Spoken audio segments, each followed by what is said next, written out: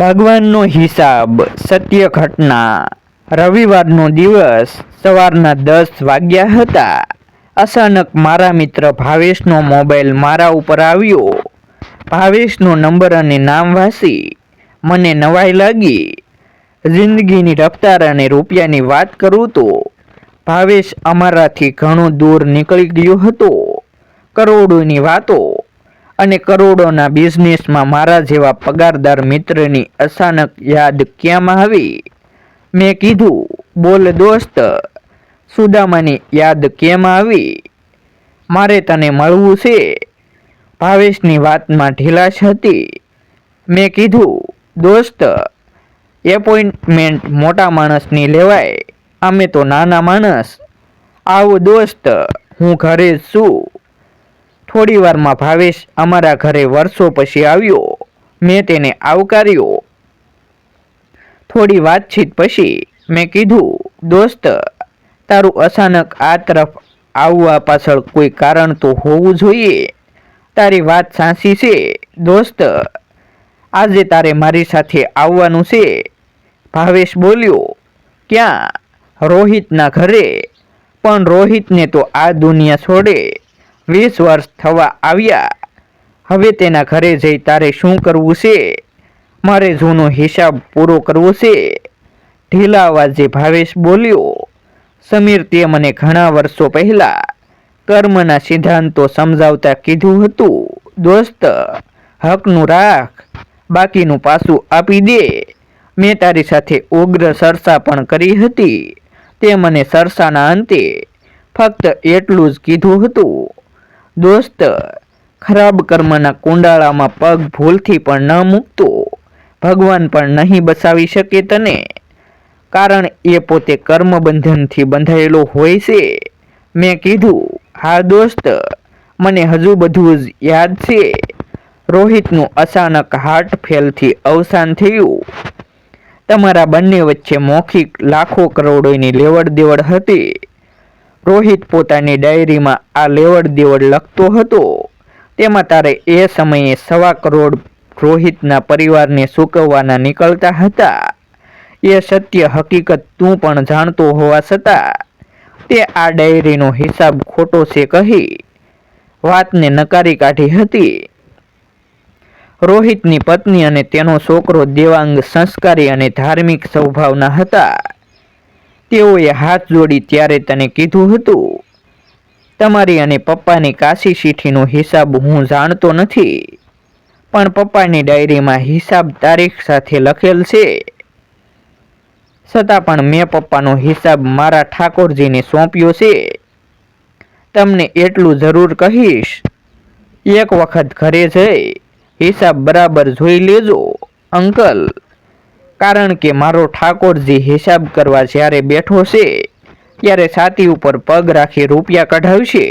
હા, અને એ પણ યાદ રાખજો, મારા હકના રૂપિયા તમારા ઘરમાં હશે તો તમારે જાતે મને રૂપિયા અહીં આપવા આવવા પડશે। સમીર, તને હજુ બધું યાદ છે? ભાવેશ બોલ્યો, હા ભાવેશ, જીવનમાં અમુક સમય, સ્થળ, સંજોગ અને બનાવ જીવનના અંત સુધી ભૂલાતા નથી। રોહિત પણ મારો મિત્ર અને તું પણ મારો મિત્ર। તમારા બંનેની લેવડ દેવડ મને ખબર ન હતી, પણ રોહિતનો છોકરો દેવાંગની આંખની ભાષામાં સત્ય હતું, સાથે ભગવાન ઉપરનો પૂર્ણ વિશ્વાસ હતો। પણ અચાનક તેના ઘરે જવાનું કારણ મેં પૂછ્યું, દોસ્ત, મારા પુત્ર સંતોષનો ગંભીર કાર અકસ્માત 2 દિવસ પહેલા થયો છે। અત્યારે આઈસીયુમાં છે। ડોક્ટર ખૂબ પ્રયત્ન તેને બચાવવા માટે કરી રહ્યા છે। જીવન મરણનો ખેલ છે, બસે તો પણ કોઈ શારીરિક ખામી આવે તેવી બીક છે। મારી પાસે કરોડો રૂપિયા છે, સામે વારસદાર એક જ છે। મન મારું ગભરાઈ રહ્યું છે। દોસ્ત, ચાલ ઊભો થા દોસ્ત, આજે મોડું ન કરતો। અમે કારમાં રોહિતના ઘરે પહોંચ્યા। રોહિતના પત્ની સ્વાતિ અમને ઓળખી ગઈ। તેમણે અમને આવકાર આપ્યો થોડી વાર પછી સ્વાતિએ ભાવેશ સામે હાથ જોડી પૂછ્યું, ભાવેશભાઈ, હજુ કંઈ હિસાબ ચૂકવવાનો અમારા તરફથી બાકી છે? ના સ્વાતિ ભાભી, ડાયરી ખોલવાનો સમય થયો છે. તમારો મતલબ હું નથી સમજી, સ્વાતિ બોલી. રોહિતની ડાયરી આપો ભાભી. ત્યાં બહારથી દેવાંગ આવ્યો.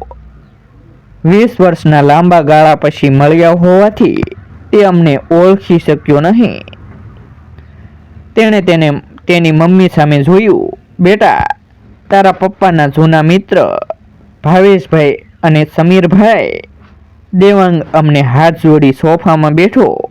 પછી ધીરેથી ભાવેશ સામે જોઈ બોલ્યો, બોલો અંકલ. અચાનક આ તરફ. બેટા, પહેલા એ કહે તું અત્યારે શું કરે છે? અંકલ, એ સમય જતો રહ્યો જ્યારે તમારે ખરેખર પૂછવાનું હતું.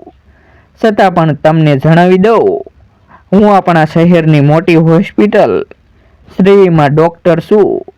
ખાસ કરીને સર્જરીમાં નિષ્ણાંત ડૉક્ટરોમાં મારું નામ છે. ભાવેશ ઊભો થઈ ગયો. બેટા, ત્યાં જ મારો પુત્ર આઈસીયુમાં છે. દેવાંગે નામ પૂછ્યું. સંતોષ, ભાવેશ બોલ્યો. દેવાંગે કીધું, અંકલ, એ મારા ઓબ્ઝર્વેશન હેઠળ જ છે. ભાવેશ હાથ જોડી બોલ્યો, બેટા, તને શું લાગે છે? જો અંકલ, ક્રિટિકલ તો છે, પણ હિંમત હારી જવા જેવું પણ નથી. જ્યારે સંતોષને દાખલ કરવામાં આવ્યો તેના કરતાં હાલમાં તબિયત સુધારા ઉપર છે. ઘણી વખત દવા કરતાં દુઆ કામ કરે છે. ઠાકોરજી રક્ષા કરશે, ચિંતા ન કરો.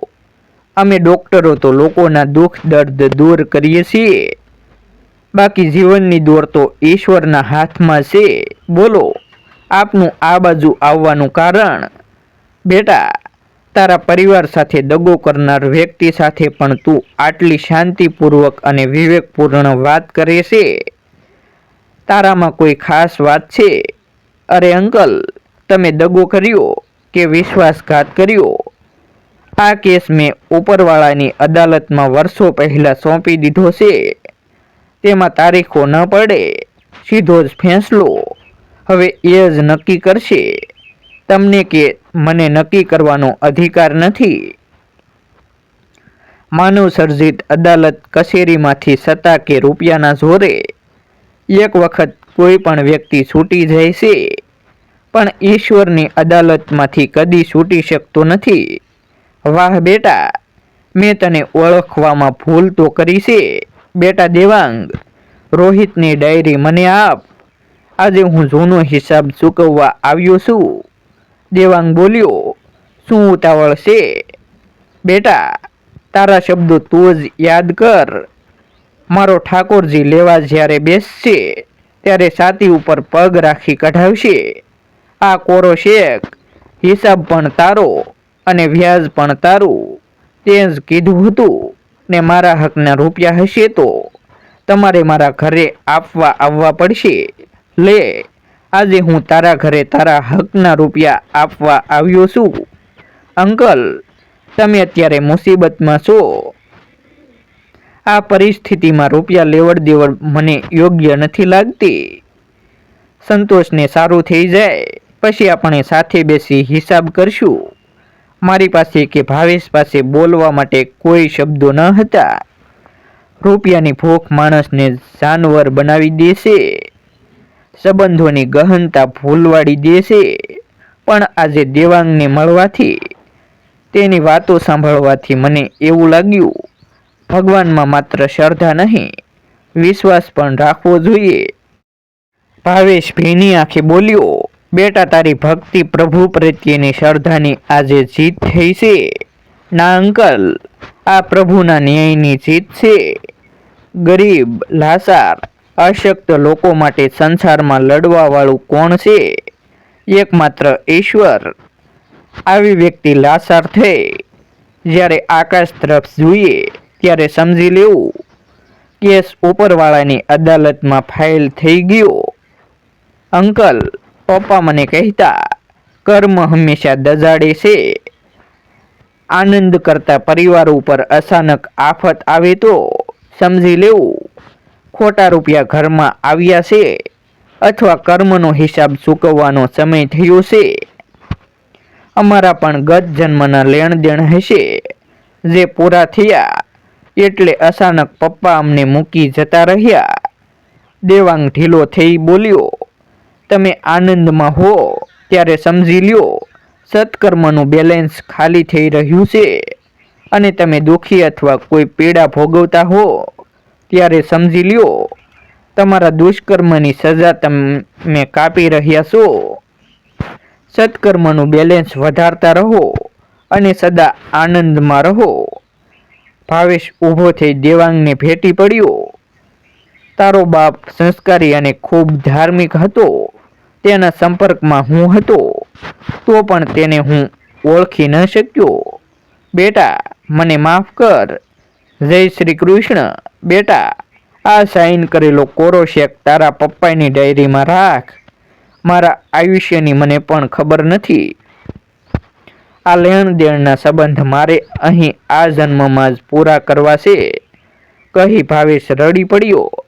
મેં ઊભા થતા દેવાંગને કીધું, બેટા લોકો ગીતાજી વાંચે છે તેનો એક મહત્વપૂર્ણ સંદેશ પણ વાંચે છે. મારા ભાગ્યમાં લખેલ હશે તો દુનિયાની કોઈ પણ તાકાત ઝૂંટવી નહીં શકે અને જો મારા ભાગ્યમાં નહીં હોય તો દુનિયાની કોઈ પણ તાકાત એ મને અપાવી નહીં શકે. તે આ ગીતાજીના સંદેશને સાબિત કરી બતાવ્યો.